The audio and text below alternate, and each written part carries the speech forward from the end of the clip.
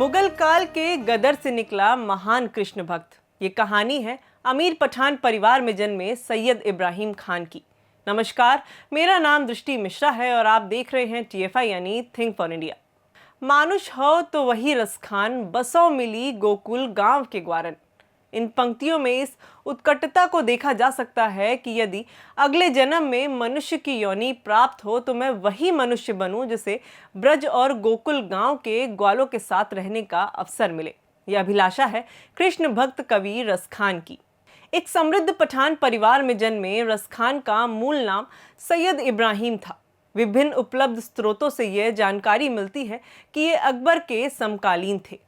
इनके जन्म समय को लेकर मतभेद है। हालांकि आम सहमति है कि इनका जन्म 1548 ईस्वी में हुआ था।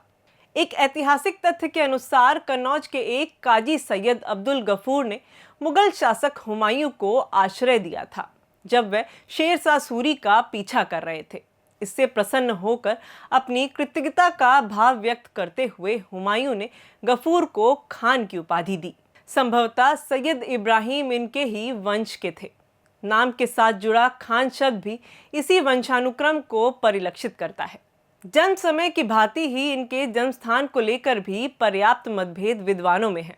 कुछ साक्ष्यों के आधार पर इनका जन्म दिल्ली के समीप हुआ माना जाता है, तो कहीं कहीं इनका जन्म उत्तर प्रदेश के हरदोई जिले के पिहानी नामक स्थान को बताया जाता है। बाल्यकाल में अच्छी शिक्षा दीक्षा एवं परवरिश के कारण इन्हें हिंदी, फारसी, संस्कृत आदि भाषाओं का पर्याप्त ज्ञान था। श्रीमद् भगवद गीता का अध्ययन करने के बाद इन्होंने उसका अनुवाद फारसी में भी किया था।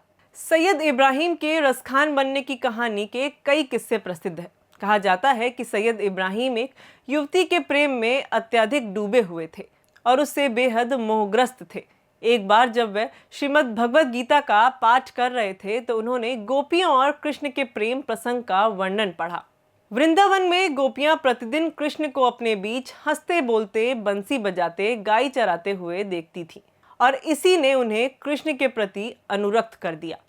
इस प्रेम कथा ने सैयद इब्राहिम के हृदय को भी प्रभावित किया और उनकी रूपवती प्रेमिका का मोह छोड़कर वह कृष्ण प्रेम में मग्न हो गए। कृष्ण के प्रति इस अद्भुत प्रेम ने उनकी रचनाओं को रस की खान बना दिया, जिससे लोग उन्हें रसखान कहने लगे। कृष्ण के प्रेम में डूबने के बाद रसखान वृंदावन चले गए तथा वहां गोस्वामी विठलनाथ जी के शिष्य हो गए। रसखान के आराध्य कृष्ण स्वयं प्रेम के समक्ष नतमस्तक हो जाते हैं और उनका प्रेम जटिलताओं से दूर अत्यंत सहज है। संभवतः रसखान भी उसी सहज प्रेम को देखकर उन पर अस्तक हुए। इसलिए रसखान कहते भी हैं, शेष गणेश महेश दिनेश सुरसहु जाही निरंतर गावे, ताही अहिर की छोरियां छछिया भर छाछ पे नाच नचावे। अर्थात जिस कृष्ण का ध्यान शेषनाग, गणेश, महादेव, सूर्य एवं देवताओं के राजा इंद्र करते हों, वो कृष्ण छछिया भर छाछ के लिए गोपियों के इशारे पर नाचते हैं। चूंकि ये पंक्तियां स्वयं रसखान ने लिखी है, अतः स्पष्ट है कि रसखान जटिलताओं से मुक्त यही सहज प्रेम कृष्ण से करना चाहते थे। रसखान के जीवन की एक और घटना का जिक्र तत्कालीन साहित्य में मिलता है। चूंकि समृद्ध घर में जन्म होने के कारण इनका प्रारंभिक जीवन भौतिक सुखों के साथ ही बीता।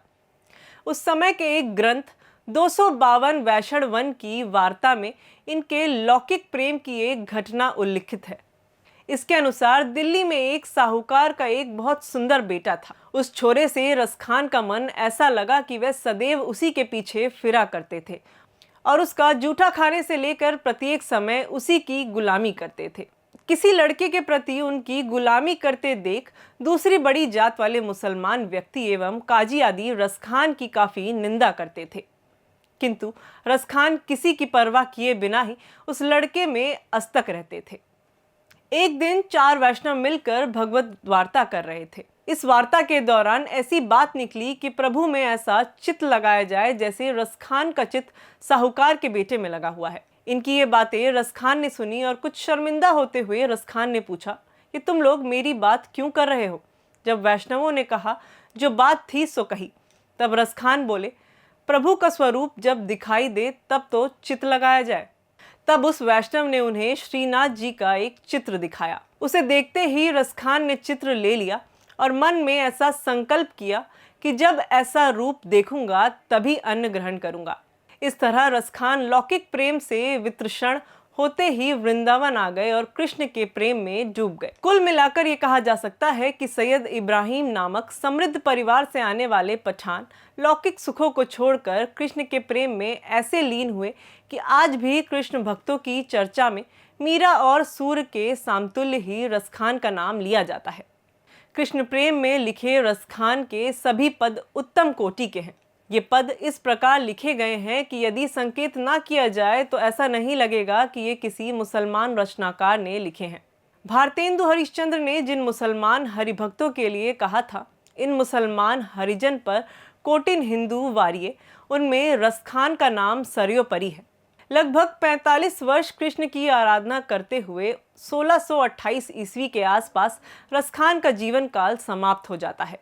मथुरा में आज भी उनकी समाधि है तथा अनेक शिलखंडों पर कृष्ण रति में डूबे उनके दोहे अंकित हैं।